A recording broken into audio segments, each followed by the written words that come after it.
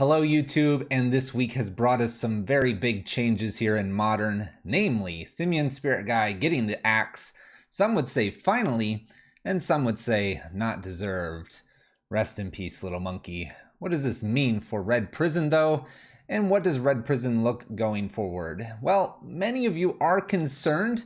You've expressed your concern on Reddit, YouTube, comments, Discord, community posts, etc., etc. You're all very concerned, and many of you are actually concerned that this may be the end of Red Prison. Fear not, that's false. Red Prison isn't really going anywhere unless they axe Bloodmoon and Chalice and Bridge, in which case, yeah, then it would be the end of times. So what are we looking at though in Red Prison? What's changing? What do we need to be looking out for? And what are some of the reminders we all need to be reminded of to make sure we're not just all jumping off a cliff at this ban announcement?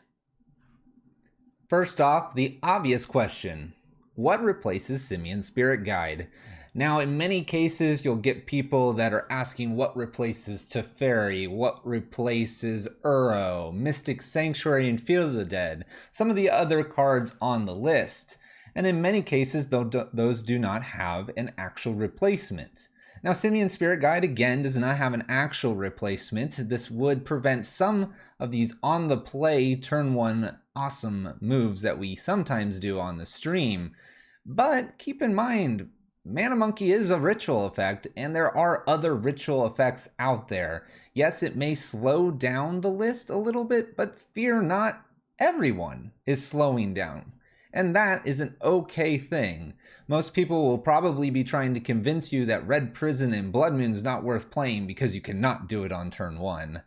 Joke's on you, I'll do it on turn 2 and still lock you out. Don't worry about the slowdown. Things are going to change. We are a meta deck. Please remember that. Our sideboard will be important. Now, Simian Spirit Guide, swap them out for rituals, plus perhaps a land. This gives us more consistency on lands. Please don't go the Chancellor route. Please don't do it. But there's your easy, super simple swap, but this may not be always the necessary thing. What else is going on? Some would begin to argue you can't do Chalice on 1, therefore it is completely useless. I cannot tell you how many times I've played Chalice on 2 naturally with 2 lands and began to lock out Prowess, Burn, or many other 1 converted mana costs. I see you, Grixis Death Shadow. So what's interesting to me is that there's this immediate knee-jerk reaction that, well, you can't do this. Now, things to consider though is if Thoughtseize lists do become apparent in the list, and Death Shadow is one of those as an example, you could end up losing your Chalice. Now, that's a bit of a disappointment, obviously, but this won't always happen. And not to mention that if you're against, say, a Grixis Death Shadow or some other list sporting Thoughtseize, there's a good chance your Bloodmoon and Bridge will just be fine anyway. You'll be putting it on your opponent to pick the right card. So yes, although Chalice on 1 on the play is not really a thing anymore, don't worry. You could build a way to do this if this is a necessary evil in the format, but we can do other things, perhaps on turn 1. Don't make this a reason that you think Chalice is no longer worth playing. After all, plenty of lists have played Chalice on turn 2 and 3 and 4 and much later in the game. So don't worry, don't let people upset you about this. Chalice can be played at a normal curve, and it's going to be pretty much just as impactful.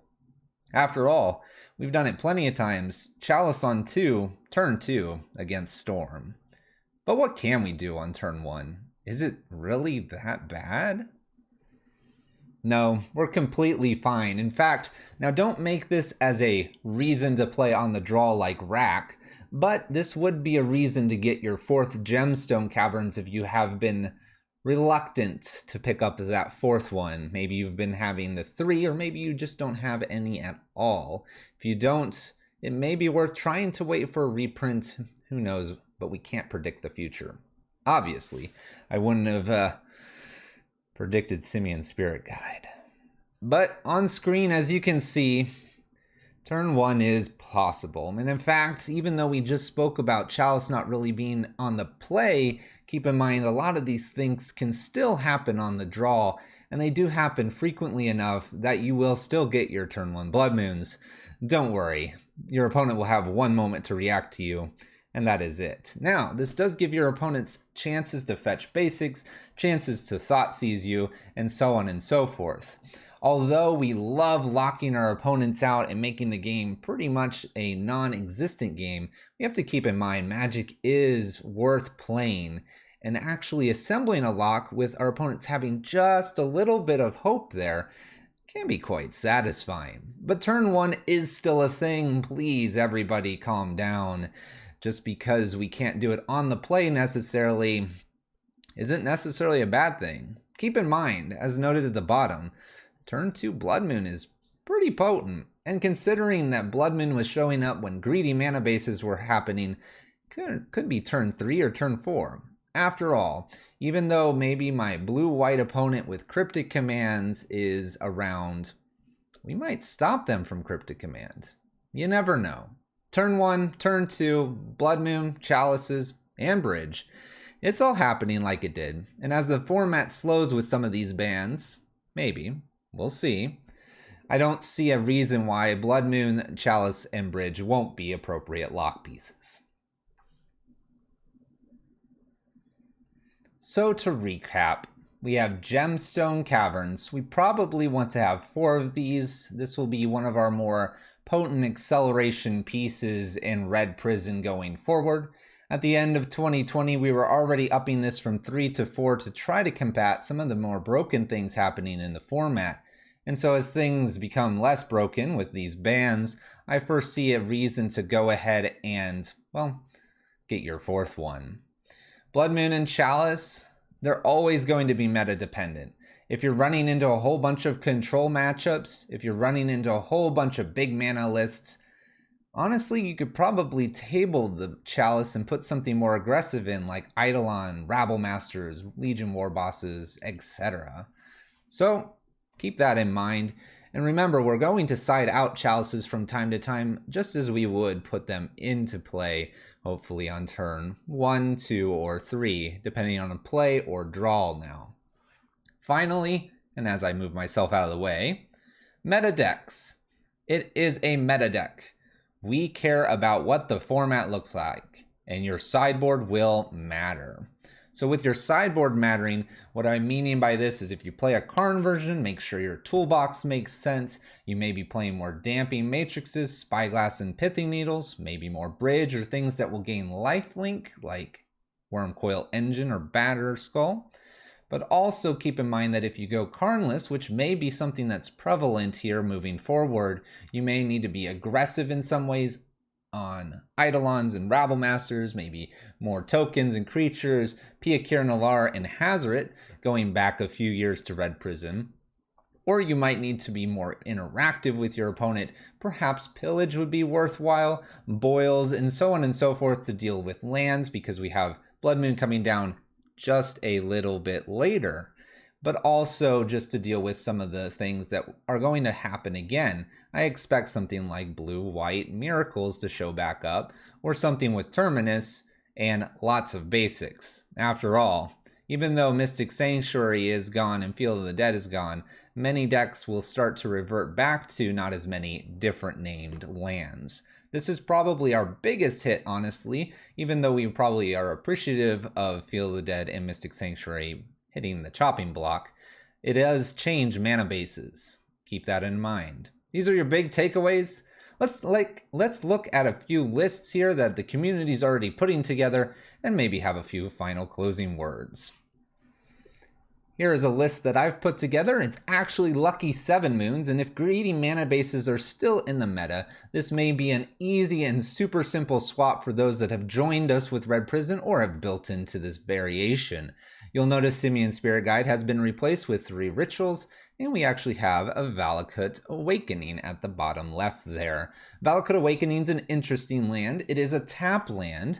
This allows me to bring up one thing I think might be on our plates going forward. It would be a few utility lands. Because we may not always be doing something immediately on turn 1, there may be the flex of having something that could potentially come into play tapped, but also just has something extra that it adds to our list that we maybe were worried about hitting on turn 1 or even turn 0 there previously. So this is a pretty simple swap.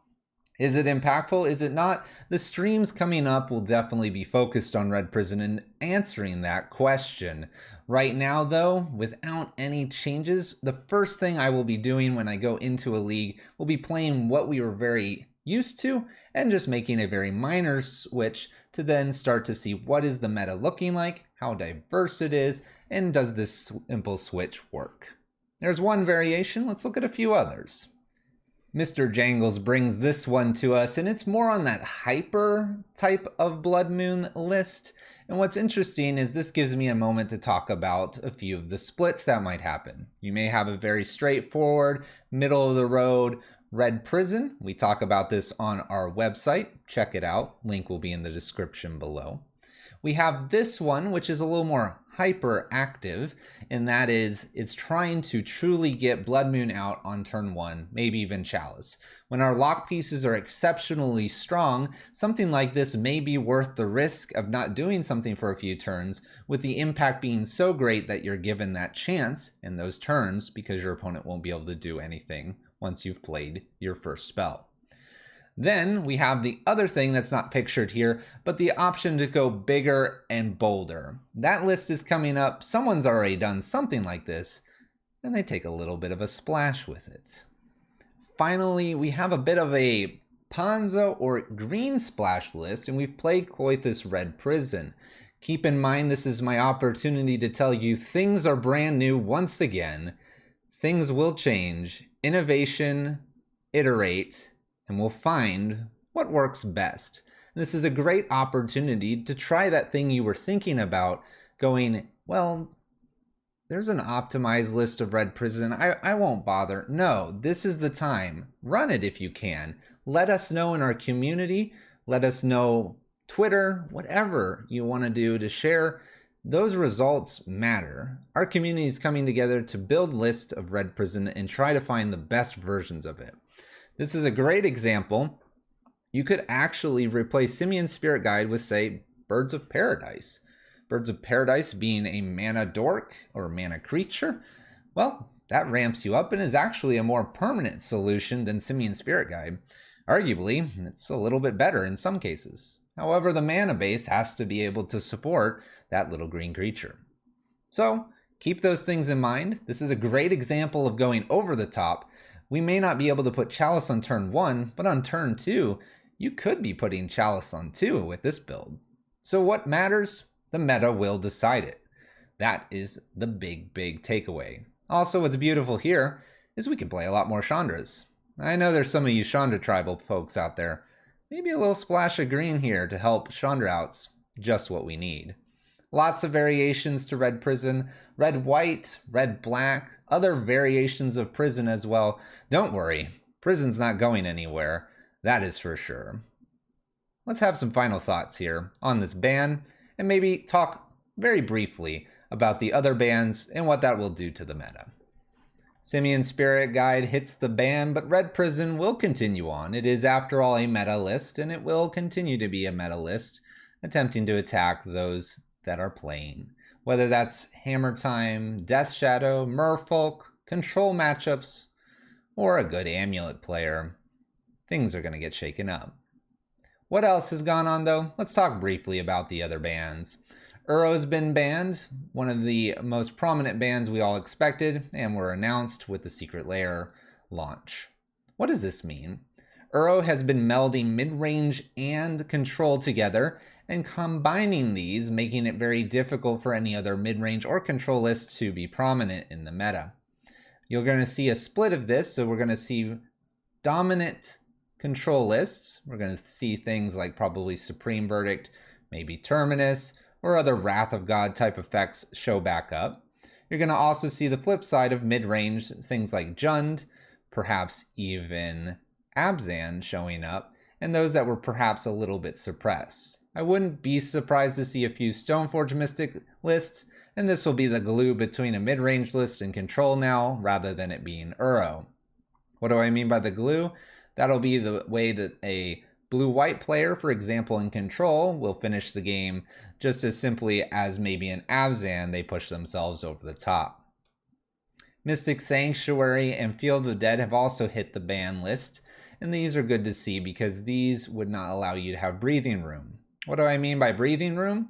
Well, when an opponent top decks, say, a land, that gives you an opportunity to perhaps play a spell or get ahead without being able to have a downside of a land, for example, Field of the Dead making a token. Although that token was small, it was helping progress and finish the game.